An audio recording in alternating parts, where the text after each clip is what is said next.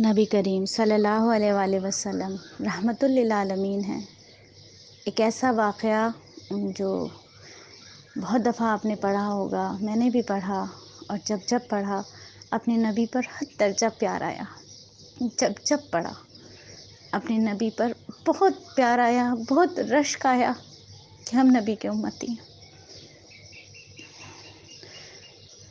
وہ نڈر تھا، جرنیل تھا، تاجر تھا، گورنر تھا، پکڑ کر لایا گیا، مسجد نبوی کے ستون کے ساتھ باندھ دیا گیا۔ رسول صلی اللہ علیہ وآلہ وسلم تشریف لائے۔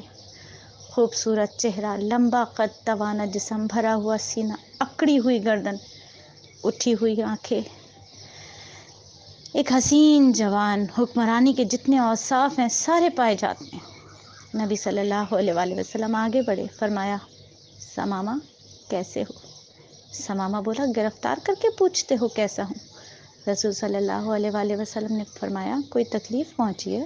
کہتا ہے نہ تمہاری تکلیف کی کوئی پرواہ، نہ راحت کا کوئی خیال، جو چیز چاہے کر لو۔ نبی صلی اللہ علیہ وآلہ وسلم نے فرمایا بڑا تیز مزاج آدمی ہے۔ اپنے صحابہ کو دیکھا، پوچھا اس کو دکھ تو نہیں پہنچایا؟ عرض کرتے ہیں اللہ کے رسول گرفتار ہی کیا ہے، دکھ نہیں پہنچایا۔ آپ صلی اللہ علیہ وآلہ وسلم نے فرمایا ثمامہ ذرا میری طرف آنکھ اٹھا کر تو دیکھو۔ ثمامہ کہتا کیا نظر اٹھا کر دیکھنے کی بات کرتے ہو؟ کیا آپ نہیں جانتے مجھ کو مارا جائے گا، پھر میرے خون کا بدلہ لیا جائے گا؟ حضرت عمر فاروق کی پیشانی سلوٹوں سے بھر گئی، تلوار میان پر ہاتھ تڑپنے لگا، اشارہ ابرو ہو اور اس کی گردن ہو، نبی صلی اللہ علیہ وآلہ وسلم کے قدم ہو، یہ کیا سمجھتا ہے؟ لیکن رحمت للعالمین کے ہونٹوں پر مسکراہٹ ہے۔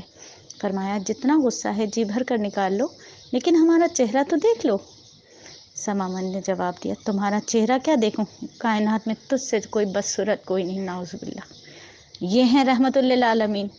جب بے آسرا تھے تب بھی دشنام سنا، لیکن پیشانی پر شکن نہیں ڈالی۔ آج تاجدار ہیں، اپنے گھر میں بدتمیزی سنتے ہیں لیکن پیشانی پر شکن نہیں ڈالتے۔ فرمایا کوئی بات نہیں، میری ہستی کی طرف نگاہ تو ڈالو۔ اس نے کہا میں روم، یونان، ایران، مصر کی ہستیاں دیکھیں، مگر تمہاری ہستی کائنات کی بدصورت ہستی ہے، نعوذ باللہ۔ اس ہستی کو کیا دیکھوں؟ حضور رحمت اللہ علیہ نے فرمایا کوئی بات نہیں۔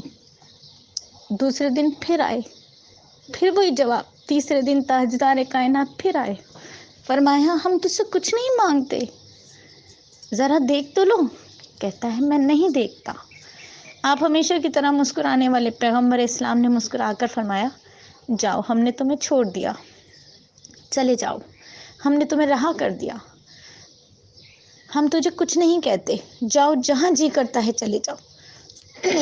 اپنے صحابہ اکرام کو جن کی تلواریں ثمامہ کی گردن کاٹنے کے لیے بےتاب تھیں، ان سے فرمایا بڑا آدمی ہے، عزت کے ساتھ لے جا کر اس کو مدینے تک رخصت کر دو۔ انہوں نے کہا چھوڑ دیا، چل دیا۔ لیکن اچانک پلٹتے ہوئے اس کے دل میں خیال آیا کہ بڑے بڑے حکمران دیکھے، بڑے بڑے محکوم بھی دیکھے، جرنیل بھی دیکھے، مگر اتنے حوصلے اور ظرف والا تو کبھی نہیں دیکھا۔ اس کے چہرے کو دیکھو تو صحیح کیسا ہے، بس ایک نگاہ پر ٹھہرا دل کا فیصلہ۔ پھر دیکھتا ہے، دیکھ کر سر پر بھاگا، دوڑ لگا دی۔ اور پھر ثمامہ فرماتے ہیں قدم آگے بھاگ رہے تھے مگر دل پیچھے تھا، 2 میل بھاگتا چلا گیا، جتنی رفتار سے گیا تھا اس سے کہیں زیادہ تیزی سے وہ واپس پلٹ کر آیا۔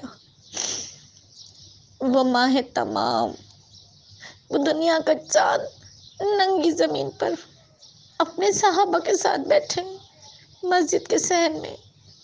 نبی نے نگاہ ڈالی، سامنے ثمامہ کھڑے، فرمایا ہم نے تو تجھے چھوڑ دیا تھا، پھر کیوں آئے؟ کہا مجھ کو اپنا بنا کر چھوڑ دیا، کیا سیری ہے، کیا رہائی ہے۔ چھوڑا تب تھا جب آپ کا چہرہ نہیں دیکھا تھا، اب آپ کا چہرہ دیکھ لیا ہے، اب زندگی بھر کے لیے آپ کا غلام بن گیا ہوں۔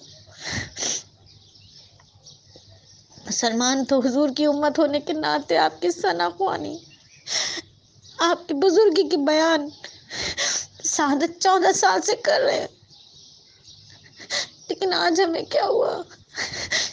آج وہ محبت کیسے ٹھنڈی ہو گئی؟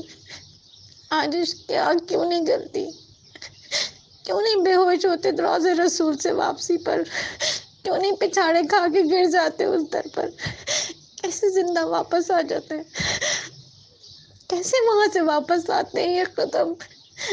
عشق سچا نہیں ہے، لگن سچی نہیں ہے۔